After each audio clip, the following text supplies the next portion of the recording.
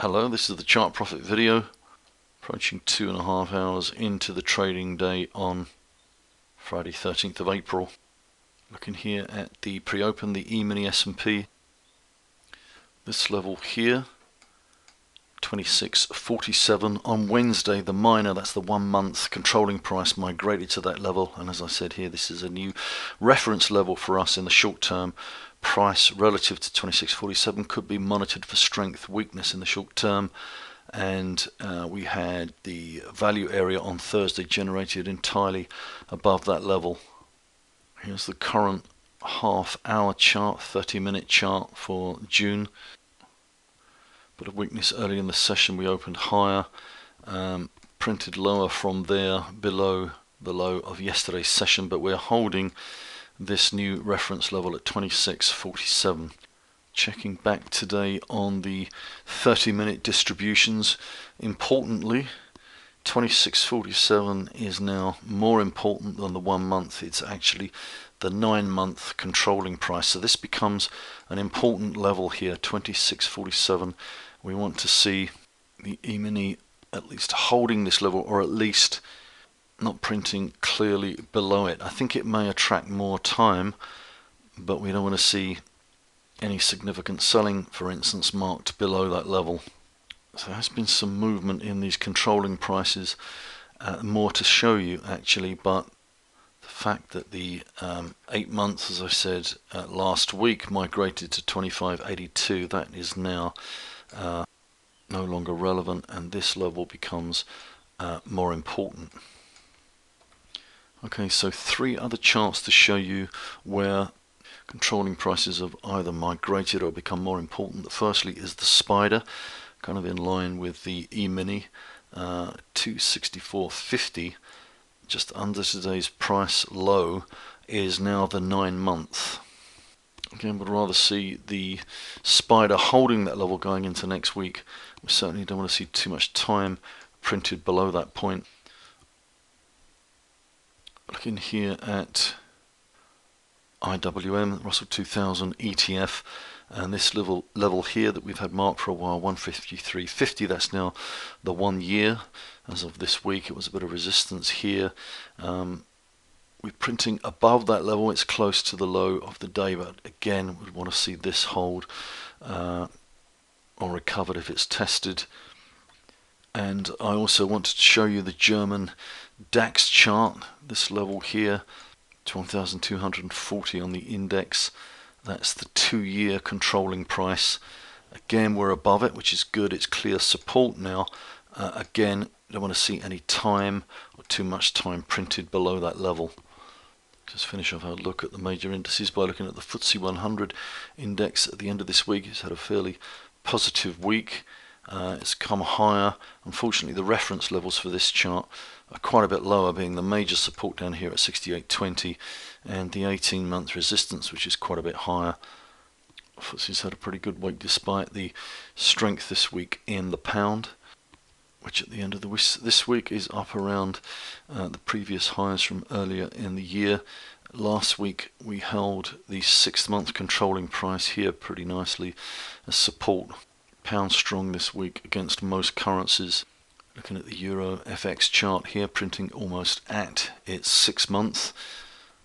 At the end of this week, a clear higher low above that level would probably be bullish. Dollar yen chart is still in a weak position longer term, but it has found itself above the 4-month, which is 106.17. There's a hint of a bottoming chart pattern, an inverted head and shoulders, I think it is, going on here, which the charting blogs might well pick up on. I had the major resistance quite a bit higher, but if it holds this level here, 106.17, and that 4-month doesn't migrate, it is in a stronger short-term position. That could just be a weaker yen this week with the increasing or possibly increasing risk appetite this week, rather than a particular strength on the dollar side. Dollar index itself has spent most of this week below the 6th month at 89.98. Again, a clear higher low above that level would probably be bullish for this chart. GLD, the gold ETF, holds above 125.23 the 4-month. It's in a strong price location here. USO, the United States Oil Fund ETF, just printed its highest level since 2015. This is the major down here at 1141. We had a higher low above that level, puts it in a strong position longer term. We've now had a higher low here above 1230, which is the 4-month. So this is a strong looking chart. And if I just zoom out to the weekly chart here from the 2014 bear market, coming off this low, we had this level of resistance here, which may well be the supporting springboard here as the chart, as I said, breaks out to its highest level since back over here in 2015.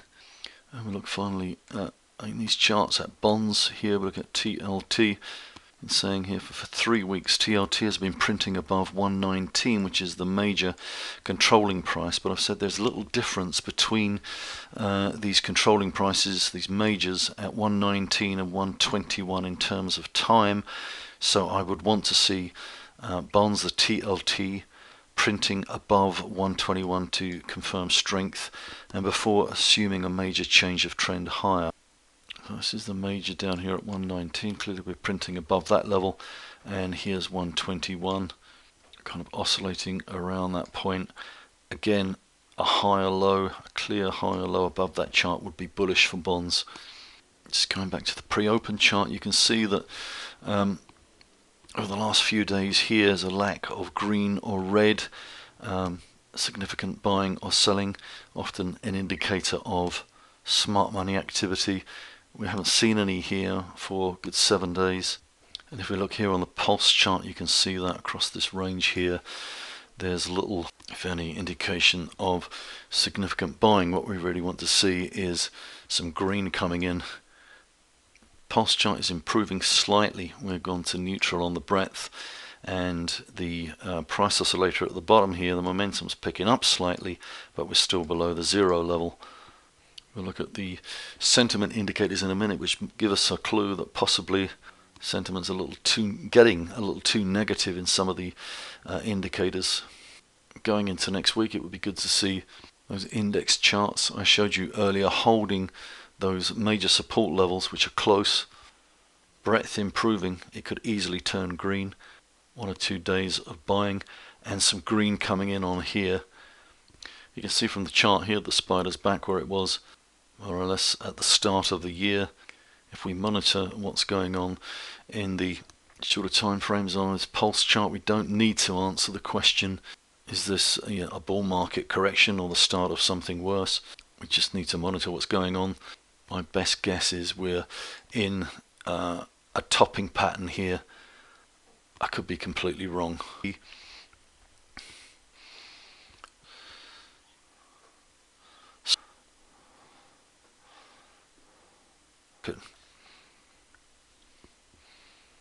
Through.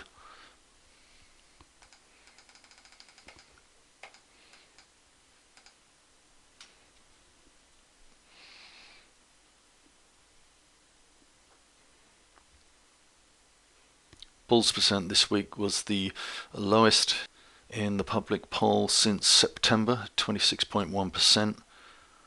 Bears percent actually was higher at 42.8%. That's the highest since March 2017. And the net, a negative 16.7, is a 2-year low. So bears increased to a reasonably high level this week. In the investors' intelligence poll, bulls percent of 42.2. That was lower, and that's the lowest since November 2016. Bears became the highest, 18.6%, since September. You can see the 4-week moving average of the net in black here falling pretty quickly.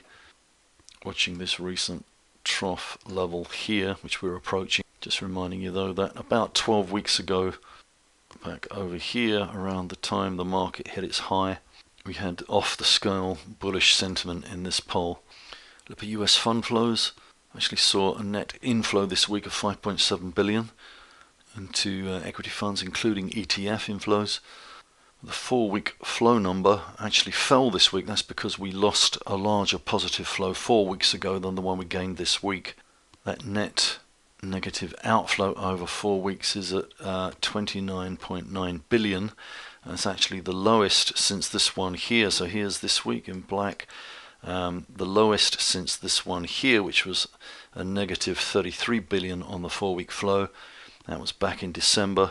But that one was actually the lowest since 2008. So this is a high level currently of bearish sentiment, and lower than the level we reached at this low and this low. So in those longer term indicators, there's plenty of evidence that bears are growing, bearish sentiment is growing. Just in my version of the RIDEX assets ratio that we follow each day, just seems to be holding up a little too well. So as I've said each day, in March, markets sold off in this period here, and the ratio, although it came lower, stayed relatively elevated.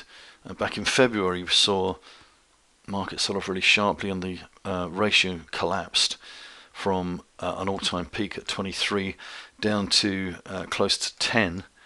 Just would have preferred to have seen, from the sort of bullish case, would have preferred to have seen a bit more fear than we actually saw.